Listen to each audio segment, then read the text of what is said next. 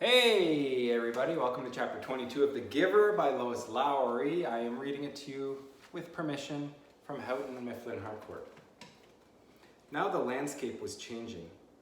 It was a subtle change, hard to identify at first. The road was narrower and bumpy, apparently no longer tended by road crews. It was harder suddenly to balance on the bike as the front wheel wobbled over stones and ruts. One night Jonas fell when the bike jolted to a sudden stop against the rock.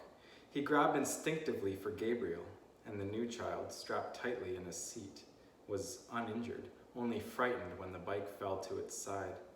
But Jonas's ankle was twisted and his knees were scraped and raw, blood seeping through his torn trousers. Painfully, he rightened himself and the bike and reassured Gabe. Tentatively, he began to ride in daylight. He had forgotten the fear of the searchers, who seemed to have diminished into the past. But now there were new fears. The unfamiliar landscape held hidden, unknown perils.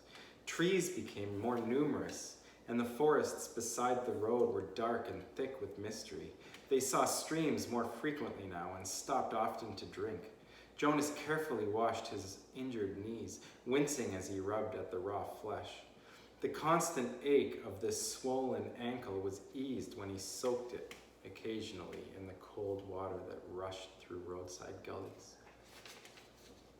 He was newly aware that Gabriel's safety depended entirely upon his own continued strength. They saw their first waterfall, and for the first time, wildlife. Plane! Plane! Gabriel called, and Jonas turned swiftly into the trees. Though he had not seen planes in days, and he did not hear an aircraft engine now.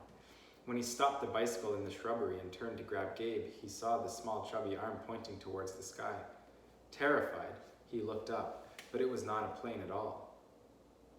Though he had never seen one before, he identified it from his fading memories, for the giver had given them to him often. It was a bird. Soon there were many birds along the way, soaring overhead, calling. They saw deer, and once beside the road, looking at them curious and unafraid, a small reddish-brown creature with a thick tail, whose name Jonas did not know. He slowed the bike, and they stared at one another until the creature turned away and disappeared into the woods. All of it was new to him. After a life of sameness and predictability, he was awed by the surprises that lay beyond each curve of the road. He slowed the bike again and again to look with wonder at wildflowers, to enjoy the throaty warble of a new bird nearby, or merely to watch the way wind shifted the leaves in the trees. During his 12 years in the community, he had never felt such simple moments of exquisite happiness. But there were desperate fears building in him now as well. The most relentless of his new fears was that they would starve. Now that they had left the cultivated fields behind them, it was almost impossible to find food. They finished the meager store of potatoes and carrots they had saved from the last agricultural area, and now they were always hungry. Jonas knelt by a stream and tried without success to catch a fish with his hands. Frustrated, he threw rocks into the water, knowing even as he did so that it was useless. Finally, in desperation, he fashioned a makeshift net, looping the strands of Gabriel's blanket around a curved stick. After countless tries, the net yielded 2 flopping silvery fish. Methodically, Jonas hacked them into pieces with a sharp rock and fed the raw shreds to himself and to Gabriel. They ate some berries and tried without success to catch a bird. At night, while Gabriel slept beside him, Jonas lay awake, tortured by hunger, and remembered his life in the community where meals were delivered to each dwelling every day. He tried to use the flagging power of his memory to recreate meals and managed brief, tantalizing fragments.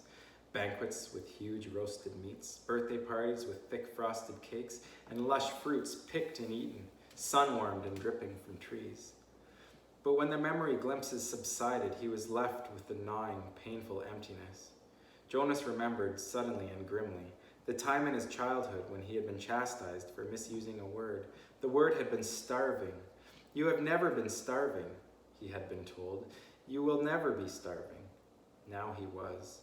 If he stayed in the community, he would not be. It was as simple as that.